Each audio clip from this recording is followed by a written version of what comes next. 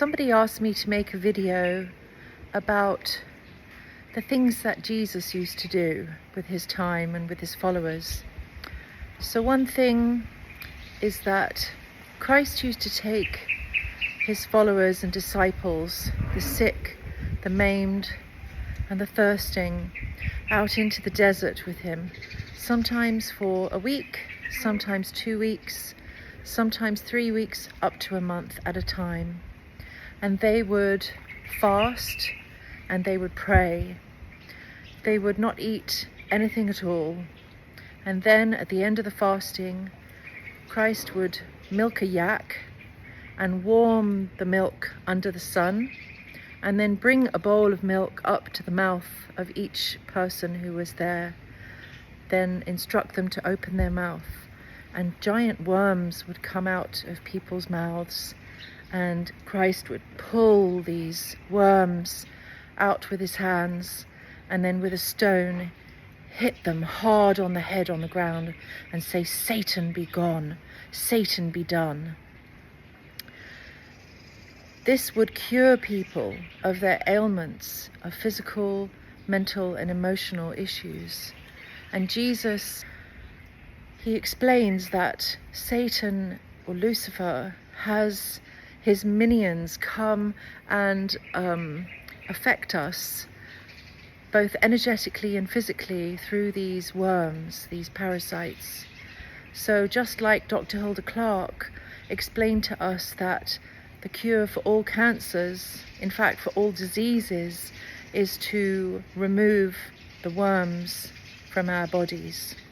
These worms are like serpents, they're like snake-like beings. And there's also energetic worms that are coming to us through the ether now, through 5G, cell towers, and frequencies that are all around us. This is a silent secret weapon that we don't see or hear or remember is around us, and yet we're completely affected at all times by them, by these energies. And so how important is it for us to cleanse ourselves of these things even today? We clean out our dogs and worms every month, and yet we humans don't deworm ourselves. And when I read the teachings of the Gospel of the Essenes, the Gospel of Peace by St. John, which are, in my opinion, the most beautiful, unadulterated teachings of Christ that haven't been changed by every king and every pope in history, and that didn't go through 5 language translations to become what we now know as the New Testament. These original texts give us insight into Christ's teachings and what it is that he's expecting of us.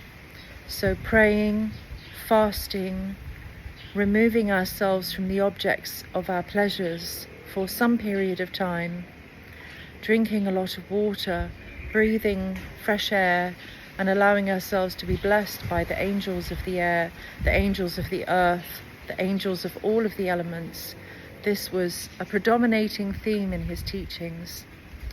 But the main theme was to remove these parasites from our bodies so that we could be healthy of mind, body, and spirit.